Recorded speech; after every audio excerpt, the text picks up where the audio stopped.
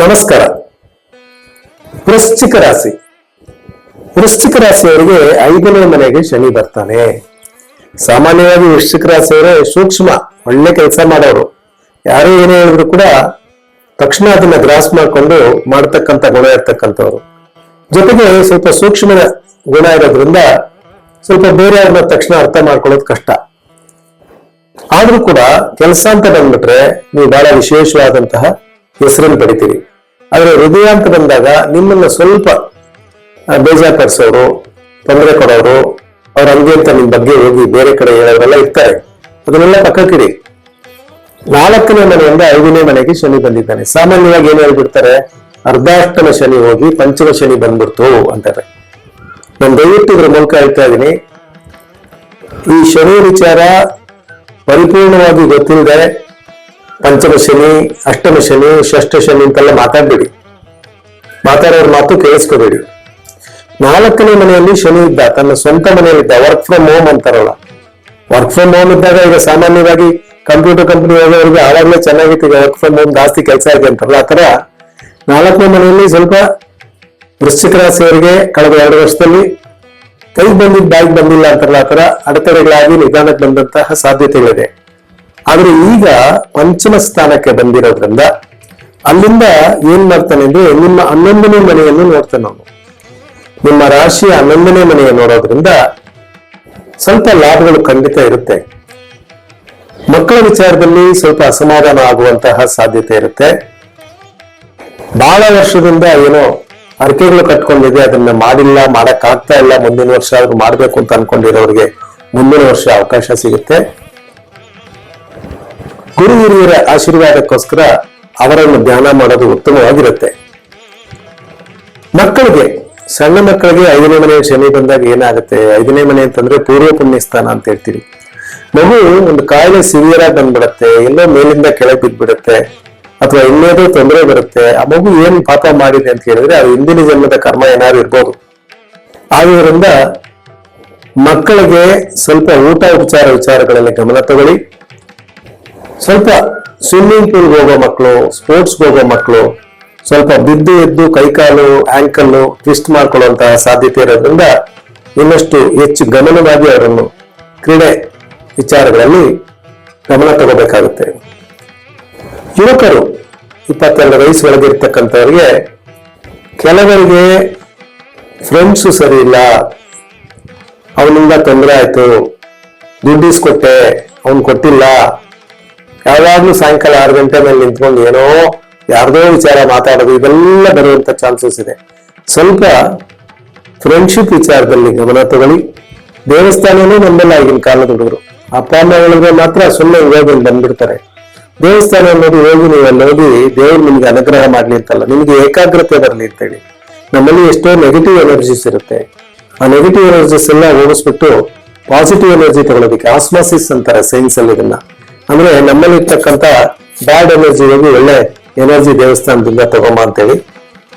ಖಂಡಿತ 5ನೇ ಮನೆಯಲ್ಲಿ ಇದ್ದಾಗ ಫ್ರೆಂಡ್ಸ್ ಜೊತೆ ಆದ್ರೂ ಧರ್ಮಸ್ಥಳಕ್ಕೆ ಹೋಗ್ತೀನಿ, ಮಂತ್ರಾಲಯಕ್ಕೆ ಹೋಗ್ತೀನಿ ಅಂತ ಹೋಗೋಂಥವ್ರು ಇರ್ತಾರೆ. ಅಲ್ಲಿ ಹೋದಾಗ ಪರಿಪೂರ್ಣವಾಗಿ ದೇವರ ದರ್ಶನ ಮಾಡ್ಕೊಂಬನ್ನಿ, ಒಳ್ಳೇದಾಗುತ್ತೆ. ವಿದ್ಯಾಭ್ಯಾಸದಲ್ಲಿ ಅಡೆತಡೆ ಆಗುವಂತಹ ಸಾಧ್ಯತೆ ಇದೆ. ಹೋದ ವರ್ಷ 4 ಸಬ್ಜೆಕ್ಟ್ ಇತ್ತು, 2 ಪಾಸ್ ಮಾಡ್ಕೊಂಡು ಈ ವರ್ಷ 2 ಇದನ್ನವರು ಖಂಡಿತ ಈ ಸಲ ಪ್ರಯತ್ನ ಪಟ್ಟು ಅದರಲ್ಲಿ ಗೆಲುವು ಸಿಗುವಂತ ಯೋಗ ಇರುತ್ತೆ. ಇನ್ನ ಕೆಲವರಿಗೆ ಚೆನ್ನಾಗಿ ಓದಿದ್ದೀನಿ ಸರ್, ಎಲ್ಲ ಮಾಡಿದೀನಿ, ಇಂಟರ್ವ್ಯೂಸೇ ಬರ್ತಾ ಇಲ್ಲ, ಕೆಲಸನೇ ಸಿಗ್ತಾ ಇಲ್ಲ ಅನ್ನೋರಿಗೆ ಸ್ವಲ್ಪ ಗುರುಬಲ, ಈಗ ಗುರುನು ಬದಲಾಗ್ತಾ ಇದ್ದಾನೆ. ಗುರು ಬದಲಾದಾಗ ನಿಮಗೆ ಗುರುಗ್ರಹ 8ನೇ ಮನೆಗೆ ಬರ್ತಾನೆ. ಇದು ಎರಡರಲ್ಲೂ ಕೆಲಸ ಇರೋದಾ ಬಿಟ್ಬಿಡೋದ, ಬೇರೆ ಕೆಲಸ ಹುಡ್ಕೋದ ಅನ್ನೋದು ಬರುತ್ತೆ. ಕೆಲಸ ಬಿಡಕ್ ಹೋಗ್ಬೇಡಿ. ಇರೋ ಕೆಲಸದಲ್ಲೇ ಬೇರೆ ಡೊಮೈನ್ ಅಂತಾರಲ್ಲ, ಆಫೀಸಲ್ಲಿ ಬೇರೆ ಬೇಕಾದ ಪ್ರಾಜೆಕ್ಟ್ ಇದ್ರೆ ತಗೊಳಕ್ಕೆ ಪ್ರಯತ್ನ ಪಡಿ, ಖಂಡಿತ ಒಳ್ಳೇದಾಗುತ್ತೆ. ಮಧ್ಯಮ ವಯಸ್ಸಿನವರಿಗೆ ಸ್ವಲ್ಪ ಹೆಚ್ಚಿನ ಶ್ರಮ ಇರ್ತಕ್ಕಂತಹ ವರ್ಷವಾಗಿರುತ್ತೆ. ಶ್ರಮ ಅಂದ್ರೆ ತಕ್ಷಣ ಏನೋ ಸ್ಟ್ರೆಸ್ ಅನ್ಕೋಬೇಡಿ, ಸ್ವಲ್ಪ ಓಡಾಟ ಜಾಸ್ತಿ ಇರುತ್ತೆ.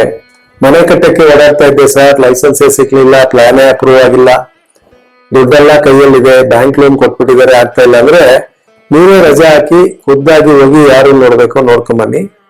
ಖಂಡಿತ ಆ ಕೆಲಸದಲ್ಲಿ ಅಭಿವೃದ್ಧಿ ಆಗುವಂತಹ ಚಾನ್ಸಸ್ ಇದೆ. ಮಂಗಳವಾರ ಅಥವಾ ಗುರುವಾರ ಹೋಗಿ ಕೆಲಸಗಳನ್ನು ಮಾಡಕ್ಕೆ ಪ್ರಯತ್ನ ಪಡಿ. ಕೆಲಸದ ವಿಚಾರದಲ್ಲಿ ಸಣ್ಣ ಪುಟ್ಟ ತೊಂದರೆ ಕೊಲೀಗ್ಸ್ ಇಂದ ಬರುವಂತಹ ಸಾಧ್ಯತೆ ಇದೆ. ಆದ್ರಿಂದ ಯಾರ ಮೇಲೂ ಕೂಡ ಭಿನ್ನಾಭಿಪ್ರಾಯ ಬೇಡ, ಕೆಲಸದಲ್ಲಿ ಮಾತ್ರ ಗಮನ ಇಟ್ಕೊಂಡು ಕೆಲಸ ಮಾಡೋದು ಉತ್ತಮವಾಗಿರುತ್ತೆ. ಗುರು ಹಿರಿಯರ ಆಶೀರ್ವಾದ ಸಿಗುವಂತಹ ಸಮಯವಾಗಿರುತ್ತೆ. ನೋಡಿ, ಕೆಲವು ನಾನು ಹೇಳಿದ್ನಲ್ಲ, ಒಂದು ಮನೆಗೆ ಶನಿ ಬಂದಾಗ ಒಂದು 34% ಒಳ್ಳೇದಿರುತ್ತೆ, ಒಂದು 34% ಕೆಟ್ಟದ್ದಿರುತ್ತೆ, ಒಂದು 20% ನ್ಯೂಟ್ರಲ್ ಆಗಿರುತ್ತೆ. ನಾವು ಅದನ್ನ ಗುರುತಿಸ್ಕೊಂಡು ಯಾವ್ದು ನನ್ ಒಳ್ಳೇದು ಯಾವ್ದು ನನ್ ಕೆಟ್ಟದ್ದು ಅಂತ ಹೋಗೋದೇ ಜ್ಯೋತಿಷ. ಆದ್ರಿಂದ ಈಗ ಸ್ವಲ್ಪ ಯೋಚಿಸಿ ತೀರ್ಮಾನ ತಗೊಂಡ್ರೆ ಉತ್ತಮ. ಗಂಡ ಹೆಂಡರ ಮಧ್ಯೆ ಸ್ವಲ್ಪ ಅಭಿಪ್ರಾಯ ಭೇದ ಬರುವಂತಹ ಸಾಧ್ಯತೆ ಇದೆ. ಮೊದಲೇ ನಮ್ಮಿಬ್ಬರಿಗೂ ಸರಿ ಇರ್ಲಿಲ್ಲ, ಯಾರ ತಗಲಾಕಿದ್ರೋ ಗೊತ್ತಿಲ್ಲ, ಈಗ ಇನ್ನ ಜಾಸ್ತಿ ಆಯ್ತು ಅಂತ ಹೇಳುವಂತ ಸಾಧ್ಯತೆ ಇರುತ್ತೆ.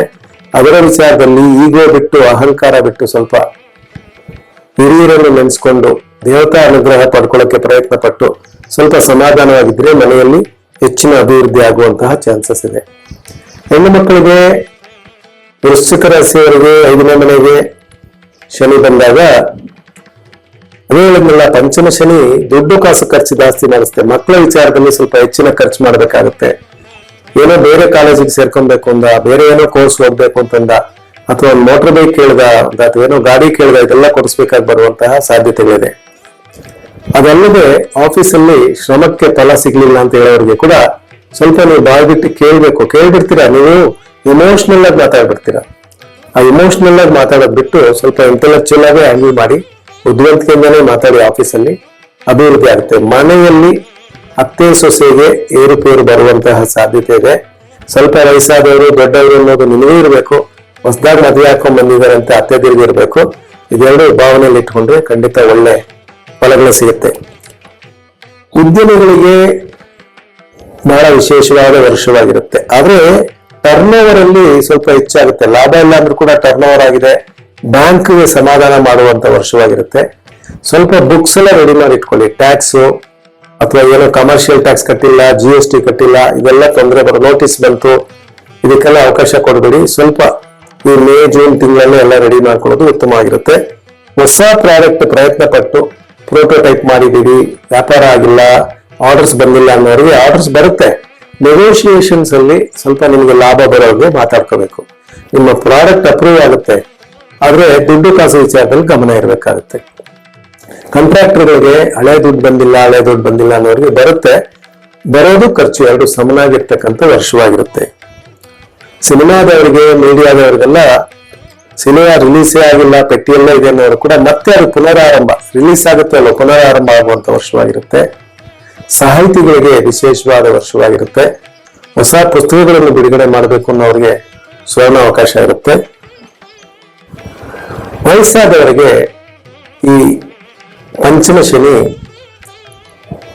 ಹಳೆಯ ವಿಷಯಗಳನ್ನು ತಿರುಗಾ ಮಾತಾಡೋದು, ಯಾರೋ ಬಂದ್ರೆ ನನ್ನ ಕಾಲದಲ್ಲಿ ಹಿಂಗಿತ್ತು ಹಂಗಿತ್ತು ಅನ್ನೋದನ್ನ ಸ್ವಲ್ಪ ತಪ್ಪಿಸ್ಕೊಳ್ಳಿ. ಯಾಕಂದ್ರೆ ಹೋದ 2.5 ವರ್ಷದಲ್ಲಿ ಸ್ವಲ್ಪ ಆರೋಗ್ಯದಲ್ಲಿ ಏರುಪೇರಾಯ್ತು, ಮನಃಶಾಂತಿ ಕಮ್ಮಿ ಆಯ್ತು, ದುಡ್ಡು ಕಾಸು ಬಂತು ಇಲ್ಲ ಅಂತಲ್ಲ, ಆದ್ರೆ ನನ್ಗೆ ಯಾಕೋ ಇತ್ತೀಚೆಗೆ ಯಾವ್ದ್ರಲ್ಲೂ ಇಂಟ್ರೆಸ್ಟ್ ಇಲ್ಲ ಅನ್ನೋ ಒಂದು ಪರಿಸ್ಥಿತಿ ಇತ್ತು. ಆದ್ರೆ ಈಗ ಮಕ್ಕಳ ವಿಚಾರದಲ್ಲಿ ನೀವು ಸರಿಯಾದ ತೀರ್ಮಾನ ತಗೋಬೇಕಾಗುತ್ತೆ. ಮಕ್ಕಳಿಗೆ ಸಹಕಾರವಾಗಿರ್ಬೇಕಾಗುತ್ತೆ. ಪ್ರೀತಿ ವಿಶ್ವಾಸದಿಂದ ಅವ್ರ ಹತ್ರ ನೋಡ್ಕೋಬೇಕಾಗುತ್ತೆ. ಅವರಿಂದ ಕೂಡ ನಿಮಗೆ ಸ್ವಲ್ಪ ಪ್ರೀತಿ ವಿಶ್ವಾಸ ಸಿಗುತ್ತೆ. ಆಸ್ತಿ ಪಾಸ್ತಿ ವಿಚಾರದಲ್ಲಿ ಸರಿಯಾದ ತೀರ್ಮಾನ ತಗೊಳ್ಳೋದಕ್ಕೆ ವಿಶೇಷವಾದ ವರ್ಷವಾಗಿರುತ್ತೆ. ಹೆಣ್ಣು ಮಕ್ಕಳಿಗೆ, ವಯಸ್ಸಾದ ಹೆಣ್ಣು ಮಕ್ಕಳಿಗೆ ಸ್ವಲ್ಪ 5ನೇ ಭಾಗ ಅಂತಂದ್ರೆ ಹೊಟ್ಟೆ ಭಾಗ, ಸೊಂಟ ಭಾಗ, ಆ ಭಾಗದಲ್ಲಿ ಸ್ವಲ್ಪ ತೊಂದರೆಗಳು ಬರುವಂತಹ ಸಾಧ್ಯತೆ ಇದೆ. ಅದನ್ನ ಒಂದು ಸ್ಕ್ಯಾನಿಂಗ್ ಮಾಡೋದು ಅಥವಾ ಡಾಕ್ಟರ್ ತೋರಿಸಿ ಸರಿಪಡಿಸ್ಕೊಳ್ಳಿ. ಒಟ್ಟುಮೊತ್ತಾಗಿ ಗ್ರಹಗಳು ನಮಗೆ ಒಳ್ಳೆ ಮನೆಗೆ ಬರ್ದೇ ಇದ್ದಾಗ ಮನಃಶಾಂತಿಯನ್ನು ಕೆಡಿಸುತ್ತೆ ಅಥವಾ ಯೋಚನೆಯನ್ನು ಕೆಡಿಸುತ್ತೆ. ಆ ಯೋಚನೆ ಸರಿಯಾಗಿಟ್ಕೊಂಡು ದೇವತಾ ಅನುಗ್ರಹ ಪಡ್ಕೊಂಡ್ರೆ ನಿಮಗೆ ಮನಃಶಾಂತಿಯೂ ಸಿಗುತ್ತೆ, ಯೋಚನೆಯೂ ಕಮ್ಮಿ ಆಗುತ್ತೆ. ನರಸಿಂಹಸ್ವಾಮಿಯ ದರ್ಶನ ವಿಶೇಷವಾದಂತಹ ಫಲಗಳನ್ನು ಸಿಗುತ್ತೆ. ಸಾಯಂಕಾಲ ಒಂದು 5:30-6 ಗಂಟೆಗೆ ದೇವಸ್ಥಾನ ತೆಗಿತಾರೆ ಅಂದ್ರೆ ನರಸಿಂಹ ಅವತಾರ ಆದಂತಹ ಸಮಯ. ಆ ಸಮಯದಲ್ಲಿ ಹೋಗಿ ದರ್ಶನ ಮಾಡಿ. ಇಲ್ಲ ಮನೆಯಲ್ಲೇ ನಾವು ನರಸಿಂಹಸ್ವಾಮಿ ನಮಸ್ಕಾರ ಮಾಡ್ತೀವಿ ಅಂದ್ರೆ ದೇವರ ಮನೆಯ ಹೊಸಲು ಅಂತ ಏನ್ ಹೇಳ್ತೀವಿ, ಆ ಹೊಸಲಿನ ಮೇಲೆ ಅವತಾರ ಮಾಡಿದವನು ನರಸಿಂಹಸ್ವಾಮಿ. ಆ ಹೊಸಲಿನ ಮೇಲೆ ನಿಮ್ಮ ಹಣೆ ಬೀಳುವಂತೆ ಮಲಕೊಂಡು ನಮಸ್ಕಾರ ಮಾಡಿ. ಹೆಣ್ಮಕ್ಳು ಪಂಚಾಂಗ ನಮಸ್ಕಾರ ಮಾಡಿ, ಗಂಡಸರು ಸಾಷ್ಟಾಂಗ ನಮಸ್ಕಾರ ಮಾಡಿ. ಮಕ್ಕಳಿಗೂ ಕೂಡ ಈ ತರ ನಮಸ್ಕಾರ ಮಾಡೋದನ್ನ ಹೇಳ್ಕೊಡಿ. ಖಂಡಿತ ಪಂಚಮ ಶನಿ ಹೆಚ್ಚಿನ ತೊಂದರೆ ಇಲ್ಲದೆ, ಒಂಥರ ಬಿರುಗಾಳಿ ಬಂತು ಹಾಗೆ ಹೋಯ್ತು ಅಂತಾರಲ್ಲ, ಆ ರೀತಿ ಆಗುವಂತಹ ಸಾಧ್ಯತೆಗಳು ಹೆಚ್ಚಾಗಿದೆ. ನಮಸ್ಕಾರ.